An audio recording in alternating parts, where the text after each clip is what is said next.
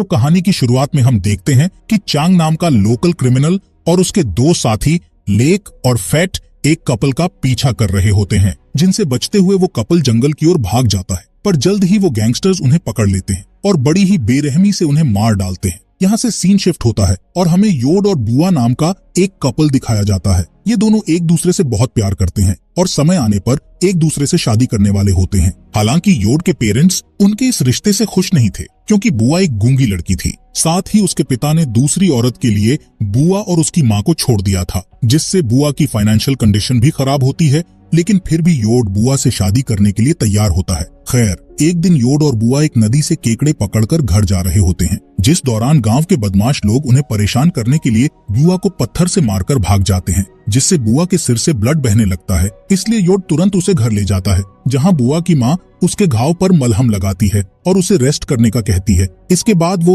योड के पास जाती है और उससे कहती है कि तुम्हें एक अच्छी लड़की और अच्छा ससुराल मिल सकता है, इसलिए अब से तुम्हें बुआ से मिलना बंद कर देना चाहिए। जिस पर योड कहता है कि मैं बुआ से सच्चा प्यार करता हूँ और मुझे गांव वालों की बातों से भी कोई फर्क नहीं पड़ता है। इस तरह योड अपने परिवार और गांव वालों के खिलाफ होने के बावजूद भी बुआ के साथ रहने का डिसीजन लेता है। वो दोनों अगले दिन फिर से मिलते हैं और एक दूसरे के साथ टाइम स्पेंड करने के लिए मछलियां पकड़ने जाते हैं और उन्हें पकाकर एक साथ खाते हैं। इसी गांव में चैंग और उसके दो साथी भी रहते हैं, जिन्हें देखकर ऐसा लगता है कि उनके पास लोगों को तकलीफ पहुंचाने के अलावा कोई और काम नहीं है। इसके अलावा वो लोगों के सामान और उनके पैसों को चुराकर अपना गुजारा करते थे। चैंग की एक पत्नी भी है, जो अक्सर चैंग को उसके बिहेवियर के लिए डांटती रहती है, लेकिन चैंग उस पर ध्यान नहीं देता था। एक दिन जब योड और बुआ मछलियां पकड़कर घर जा रहे होते हैं, तब चांग और उसके दोनों साथी उनके सामने आ जाते हैं और उनसे मछली से भरी बाल्टी छीनने लगते हैं। यहाँ चैंग बुआ को भी परेशान करता है, जिससे योड उसे बचाने की कोशिश करने लगता है,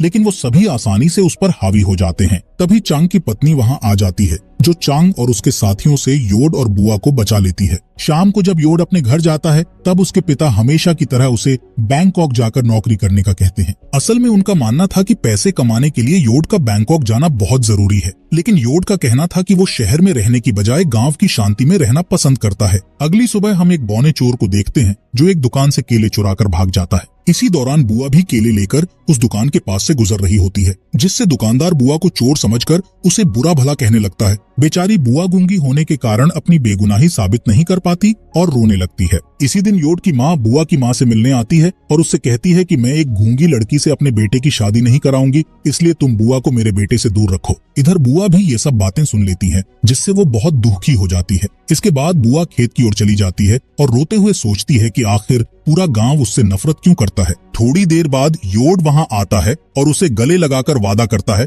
कि मैं कभी भी तुम्हारा साथ नहीं छोड़ूंगा और जल्द ही तुमसे शादी कर लूंगा। जिसके बाद वो दोनों मछली पकड़ने के लिए निकल जाते हैं। यहाँ योड मछली पकड़ने के जाल को ठीक कर रहा होता है, जिस दौरान चांग और उसके साथी वहां आकर बुआ को किडनैप करके उसे जंगल में ले जाते हैं, जहां चांग जबरदस्ती उसके कपड़े उतारने की कोशिश करता है, जिससे बुआ उससे लड़ने की कोशिश करती है, लेकिन वो तीनों लोग बुआ को बुरी तरह पीटते हैं। इस बीच जब योड को कहीं भी बुआ दिखाई नहीं देती, तो वो उसे आसपास खोजने लगता है। तब उसे बुआ की एक स्लीपर मिलती है, जिससे उसे एहसास होता है कि बुआ खतरे में है, इसलिए वो जंगल में जाकर उसे ढूंढने लगता है। जिसके बाद वो देखता है कि चैंग और उसके साथी बुआ पर बेरहमी से हमला कर रहे हैं, इसलिए वो बुआ को बचाने के लिए तीनों गैंगस्टर से लड़ाई करता है। पर वो तीनों गैंगस्टर्स आसानी से योड पर काबू पा लेते हैं और उसे मार मार कर घायल कर देते हैं। इसके बाद चांग बुआ के साथ जबरदस्ती करता है और फिर वो गैंगस्टर्स उन दोनों को मारकर जंगल में कहीं दफना देते हैं। रात होने पर जब बुआ घर नहीं लौटती, तब उसकी माँ को उसकी बहुत फिक्र होती है, इसलिए वो अगली सुबह योड के परिवार से मिलने जाती है,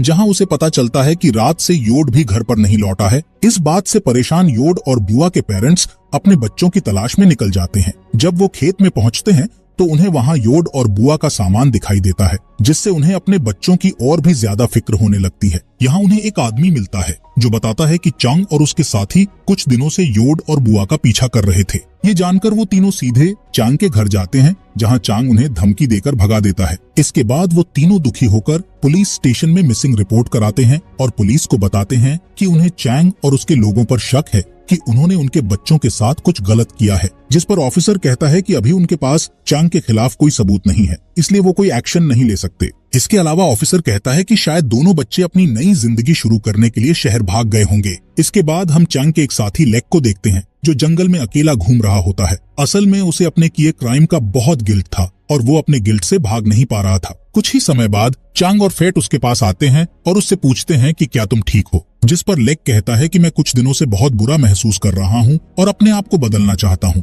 इसके अलावा वो चांग और फेट को भी बुरे काम छोड़ने का सुझाव देता है। ये सुनकर चांग को उस पर गुस्सा आ जाता है और वो अपनी गन निकालकर लेक पर तान देता है। यहाँ चांग लेक से धमकी देते हुए कहता है कि अगर पुलिस को हमारी करतूतों के बारे में पता चला तो मैं तुम्हें जान से मार दूंगा। अब तीनों शिकार करने के लिए जंगल के अंदर चले जाते हैं। जब वो जंगल में जानवरों को ढूंढने की कोशिश कर रहे होते हैं तब अचानक से उन्हें बुआ की आत्मा दिखाई देती है, जिससे वो सभी बुरी तरह डर जाते हैं और जंगल से भागने के लिए मजबूर हो जाते हैं। रात में वो तीनों गैंगस्टर्स कुछ लड़कियों के साथ ड्रिंक करते हुए एंजॉय कर रहे होते हैं, जिस दौरान लेक वॉशरूम का कहकर बाहर आ जाता है। जब वो बाहर होता है तब उसे जमीन पर एक सफेद कपड़े पहने हुए लड़की दिखाई देती है। इसलिए लेक धीरे धीरे उसके पास आता है और उसे पलटकर देखने की कोशिश करता है। जब वो उस लड़की को पलटता है तब उसे पता चलता है कि वो लड़की कोई और नहीं बल्कि बुआ है। बुआ को देखकर लेक बहुत डर जाता है, इसलिए वो तुरंत अपने दोस्तों के पास भागता है। खैर, वो तीनों पार्टी खत्म करने के बाद अपने अपने घरों में लौट जाते हैं, लेकिन उन सभी को बुआ का बहुत डर था। खासकर लेक को ज्यादा डर लग रहा होता है। जब वो अपने बेड पर जाता है तब उसे बार बार बुआ दिखाई देती है जो कि उस पर हमला कर रही होती है। इस बात से परेशान होकर लेक को पूरी रात नींद नहीं आती। अगली सुबह लेक फेट से मिलता है और उससे बात करते हुए उसे अपने कल रात वाले डरावने इंसिडेंट के बारे में बताता है, जिससे फेट हैरान हो जाता है और बताता है कि मुझे भी इस तरह के डरावने विजन्स आ रहे हैं। यहाँ लेक फेट को गांव छोड़कर शहर में नौकरी ढूंढने का कहता है ताकि वो इस मुसीबत से दूर जा सकें। इसके अलावा लेक कहता है कि अगर गांव वालों को हमारे बुरे कामों के बारे में पता चला तो वो हमें बर्बाद कर देंगे। जिसके बाद फेट कहता है कि हमारे जैसे लोगों के लिए नौकरी पाना बहुत मुश्किल है, इसलिए हमें गांव में ही रहना होगा। अब वो तीनों एक बार फिर से जंगल में शिकार करने के लिए जाते हैं, जिस दौरान लेक के सामने बुआ आ जाती है और उसका पीछा करने लगती है, जिसे देखकर लेक डर जाता है और उससे अपनी जान बचाकर भागने लगता है। भागते समय अचानक से कोई उसके सिर पर एक लकड़ी की टहनी से हमला कर देता है, इसलिए वो फ्रेश होने के लिए वॉशरूम में जाता है, जहां उसे योड की आत्मा दिखाई देती है, जिससे फेट और भी बढ़ते हैं आगे कहानी की तरफ। अगली सुबह फेट मरने के डर से परेशान होकर मंदिर में जाता है, जहां वो अपनी जान बचाने के लिए भगवान से प्रार्थना करता है। इसके बाद वो चैंग से मिलता है, उसे बताता है कि मैं गांव वालों के सामने अपने गुनाहों को कबूल करने वाला हूँ। इस बात पर चांग को बहुत गुस्सा आता है और वो फेट के चेहरे पर मुक्का मारकर उसे चुप रहने का आदेश देता है। लेकिन फेट अब और चुप रहना नहीं चाहता था, इसलिए वो जिद करने लगता है कि वो गांव वालों को सब कुछ बता देगा। इस बात पर चांग उसे बेरहमी से पीटने लगता है और जान से मारने की धमकी भी देता है, इसलिए फेट उससे डरकर शांत हो जाता है। इसी रात चांग को भी एक डरावना सपना आता है, जिसमें चांग को योड और बुआ की आत्मा ने बेड से बांध दिया होता है और वो दोनों आत्मा उसे परेशान कर रही होती है। साथ ही वो एक कुल्हाड़ी लेकर चांग के पास आ रहे होते हैं। अगले दिन हम फेट को देखते हैं जो पास की ही एक नदी में मछली पकड़ रहा होता है, जिस दौरान उसे एक डरावनी आवाज सुनाई देती है, जिससे वो बहुत घबरा जाता है और चारों ओर देखने लगता है, पर उसे वहाँ कोई भी नजर नहीं आता है। तभी अचानक उसे पानी में किसी चीज के गिरने की आवाज सुनाई देती है, जिससे वो और भी ज्यादा घबरा जाता है। अब डरते हुए वो जंगल से भागने की कोशिश करता है, लेकिन तभी उसे पीछे से कोई पकड़ लेता है और जबरदस्ती पानी में डुबाने लगता है, जिससे फेट की भी मौत हो जाती है। यहाँ लेक और फेट की अचानक से मौत होने के कारण चांग के पिता को अपने बेटे की भी फिक्र होने लगती है, इसलिए वो चांग से कहता है कि तुम्हें अपने गुनाहों को कबूल कर लेना चाहिए और अगर तुमने ऐसा नहीं किया तो तुम्हारा हाल भी तुम्हारे साथियों की तरह हो जाएगा। मगर चांग अभी भी अपने गुनाहों को कबूल करने से साफ इनकार कर देता है, क्योंकि उसे डर था कि अगर उसने अपने गुनाहों के बारे में सब बता दिया तो गांव वाले उसे पुलिस के हवाले कर देंगे और फिर उसे सजा के तौर पर जेल भेज दिया जाएगा। इसके बाद जब रात में चांग अपनी वाइफ के साथ सो रहा होता है तब उसे किचन से कुछ आवाज सुनाई देती है, जिसे सुनकर वो चौंक जाता है और अपनी वाइफ को जगाकर उससे पूछता है कि क्या तुमने अभी किचन से कोई आवाज सुनी थी। यहाँ वाइफ उसे कुछ जवाब देने के बजाय उसे बुरी तरह डांटती है, क्योंकि चांग ने उसे जगाकर उसकी नींद खराब कर दी थी। खैर, चांग की वाइफ दोबारा सो जाती है और चांग भी सोने की कोशिश करता है, पर तभी चांग को एक बार फिर से वही आवाजें सुनाई देती हैं, जिससे चांग बुरी तरह डरने लगता है। इसलिए वो तुरंत उठता है और लाइट ऑन करने के लिए जाता है, जहां उसे पता चलता है कि उसके घर की ट्यूब लाइट खराब हो गई है। अब क्योंकि चांग को अंधेरे से डर लग रहा था, इसीलिए वो मोमबत्ती जलाने का सोचता है, पर जब वो मोमबत्ती जलाता है तब मोमबत्ती अपने आप ही बुझ जाती है। जिसके बाद चंग दोबारा उस मोमबत्ती को जलाता है और जैसे ही वो पीछे मुड़ता है तो उसके सामने बुआ की आत्मा आ जाती है, जिससे चंग बुरी तरह डर जाता है। पर किसी तरह वो एक चाकू उठाता है और बुआ के ऊपर बार बार अटैक करने लगता है, जिस दौरान उसे एहसास होता है कि उसने चाकू से बुआ पर नहीं बल्कि अपनी वाइफ पर हमला किया था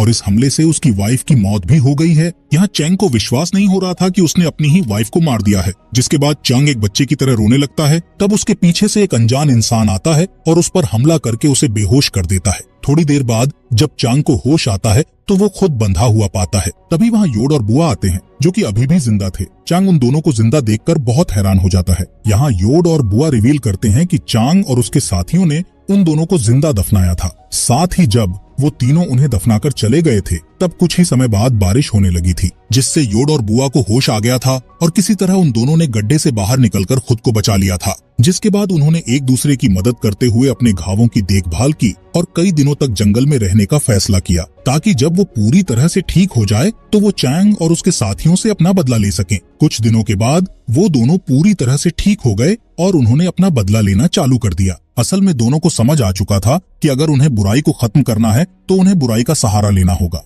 खैर, तब से ही दोनों ने बदला लेने के लिए अपने दुश्मनों को परेशान करना शुरू कर दिया था और फिर उन्हें एक एक करके मार डाला था। योड और बुआ की पूरी बात सुनने के बाद चंग उनसे अपनी जिंदगी की भीख मांगने लगता है, पर वो दोनों उसकी कोई भी बात नहीं सुनते और उसे जान से मारकर अपना बदला ले लेते हैं। इसी के साथ ये मूवी यहीं पर खत्म हो जाती है।